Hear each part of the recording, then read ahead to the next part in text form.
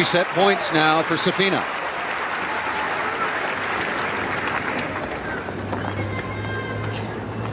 People talk about Safina's forehand, but it's her backhand that she does a lot more damage with.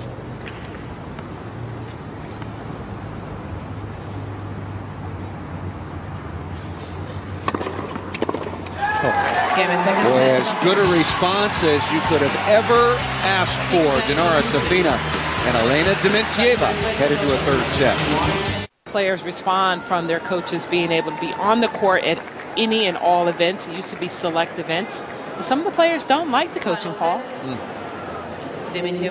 I would want all the help I could get. Of course, I needed a lot of help. 3rd set, Dementieva took the first 6-3. Safina right back, taking the 2nd set 6-2. 10th meeting all time between these two Russian women.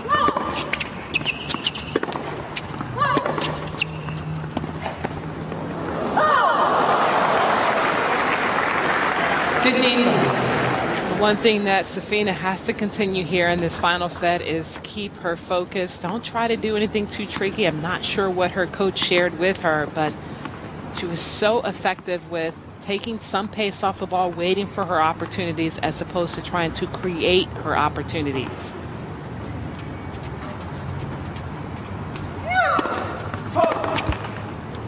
As I mentioned, Dementieva's tempo is consistent no matter if she's winning or losing.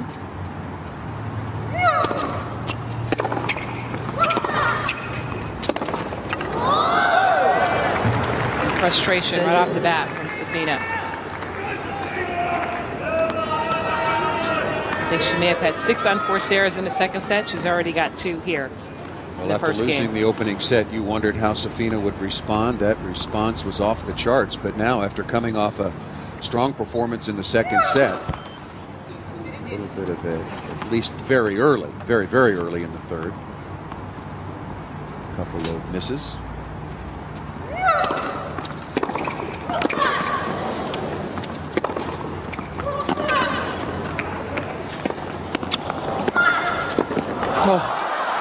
Wow. Well, mishit the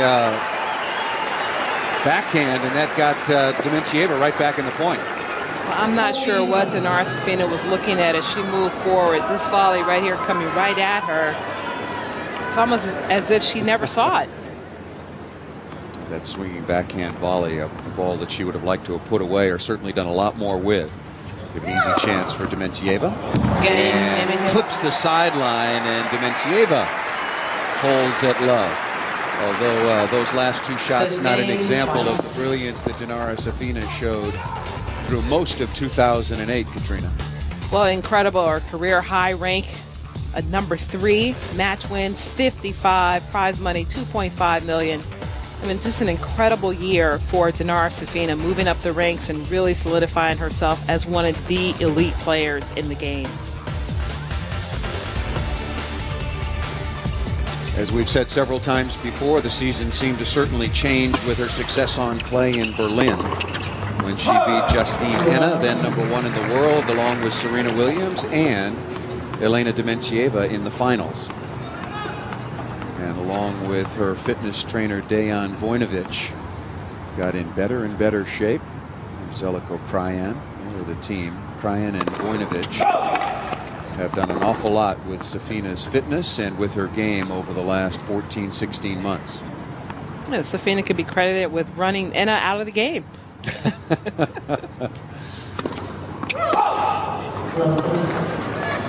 What was your reaction when you heard about her retirement?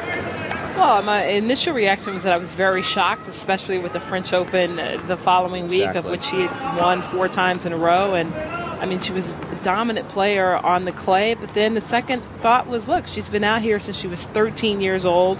It's such a hectic schedule for someone like her who has to work extremely hard because of her size and so much energy that she put into it.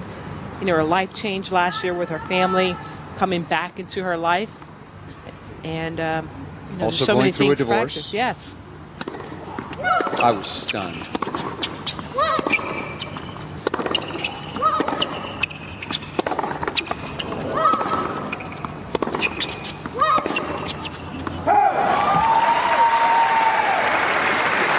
Dementieva looking over at her box. Was that ball out of bounds? Confirmed, but still with an opportunity here in the opening service game by Safina in the third set.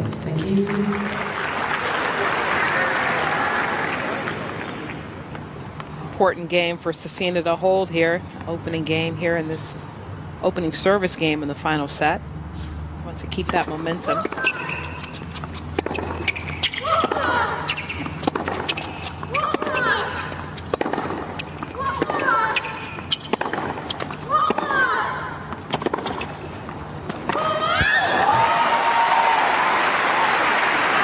The premature squeal once again. Dementieva sensing that there was an error on its way. What's obvious for Dementieva, she has a problem moving up to those low short balls to the backhand, and there's not enough players out on tour that's able to really hit that ball a short slice to her to force her to come up. We're talking about Elena. She was one of those players that could do that with the one-handed slice to be able to bring her opponents inside the court short. Not a lot of players out there that have that variety in their game or the ability to change the pace. Oh, it's a big forehand. And on the men's side, an obvious choice of that, Roger Federer. Awful lot of slice, awful lot of low balls with change of spin, change of pace to draw his opponent